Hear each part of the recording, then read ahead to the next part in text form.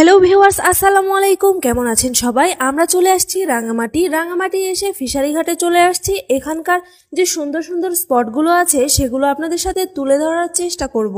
রাঙামাটির সৌন্দর্য যদি আপনারা দেখতে চান তাহলে আমাদের ফুল ভিডিওটি আপনাদের দেখতে হবে, তাহলে বুঝতে পারবেন ভিডিওতে কি কি থাকছে। আল্লাহর সৃষ্টি কত সুন্দর, যা দেখে আপনি উপভোগ করে শেষ করতে পারবেন না। এত সুন্দর লাগছিল এখানে যাওয়ার পরে, যা আপনাদেরকে বলে বোঝাতে পারবো না। সুন্দর সুন্দর স্পটে যেতে হলে আমাদের যেতে হবে নৌকাতে চড়ে। নৌকাতে যাওয়ার জন্য আমরা সবাই প্রস্তুতি নিচ্ছিলাম।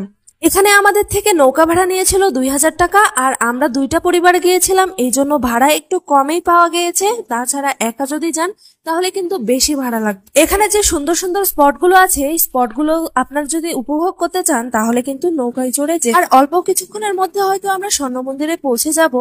অবশেষে আমরা স্বর্ণ মন্দিরে চলে আসছি। এখানে এই তো অনেকগুলো নৌকা দাঁড় করানো রয়েছে, আরো যারা পর্যটকরা আসছে তারা এখানে নৌকাগুলো দাঁড় করিয়ে রাখছে। কিন্তু এই নৌকাগুলো দাঁড় করানো দেখছেন, এই নৌকাগুলো কিন্তু আপনারা যেখানে যেখানে যেতে চাইবেন সেখানে সেখানে কিন্তু নিয়ে যাবে। তারা কিন্তু আপনাদের ঘন্টা অনুযায়ী টাকা নেবে, এই কথাটা মাথায় রাখবেন। আপনারা যতক্ষণ ঘুরতে চাইবেন তারা কিন্তু ততক্ষণই ঘোরাবে, কিন্তু তাদেরকে সে অনুযায়ী টাকা দিতে হবে। অবশেষে স্বর্ণ মন্দিরের পাহাড়ে ওঠার জন্য এই তো আমরা অনেক কষ্ট করে উঠছি। অনেকটাই কষ্ট হয়ে যাচ্ছিল, আস্তে আস্তে যাওয়ার চেষ্টা করছিলাম, তারপরেও হাঁপিয়ে যাচ্ছিলাম। এত উঁচু যা বলে বোঝানোর মতো না। প্রথমে আমি ভাবছিলাম স্বর্ণ মন্দির না জানি কত কি সোনা টোনা দিয়ে বানানো হবে, তারপরে গিয়ে যখন দেখলাম যে না, এটা একটা মূর্তি, সোনালী কালার রং করা। আপনারা যে মূর্তিটা দেখতে পাচ্ছেন, এই মূর্তিটার নামে এই জায়গাটার নাম হচ্ছে স্বর্ণ মন্দির। এটা আপনারা ভাববেন না যে স্বর্ণ দিয়ে তৈরি, এটা সোনালী কালার রং করে দেওয়া আছে। স্বর্ণের মতো মনে হলেও এটা কিন্তু স্বর্ণ দিয়ে তৈরি না। এই যে দেখুন স্বর্ণ মন্দির। হ্যাঁ, তাদের জীবনটা কিন্তু অনেক কষ্টের। আমি যতক্ষণ দেখেছি বা তাদের সাথে কথা বলেছি, দেখার পরে আমার মনে হচ্ছিল যে তারা অনেক কষ্টে এখানে জীবনযাপন করে।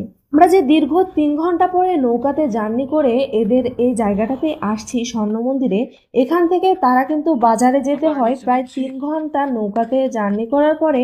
তারা যে কোনো কিছু প্রয়োজন হোক না কেন ওখানে যেয়ে তাদের বাজার করে নিয়ে আসতে হয়।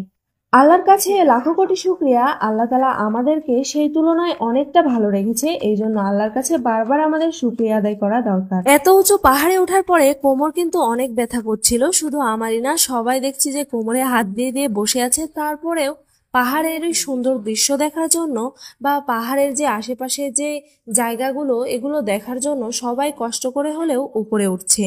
এখন আপনাদেরকে দেখাবো আদিবাসীদের গ্রাম। এখানে আদিবাসীরা এত নিখুঁতভাবে তাদের কাপড়, ব্যাগ সবকিছু এত সুন্দরভাবে তৈরি করে।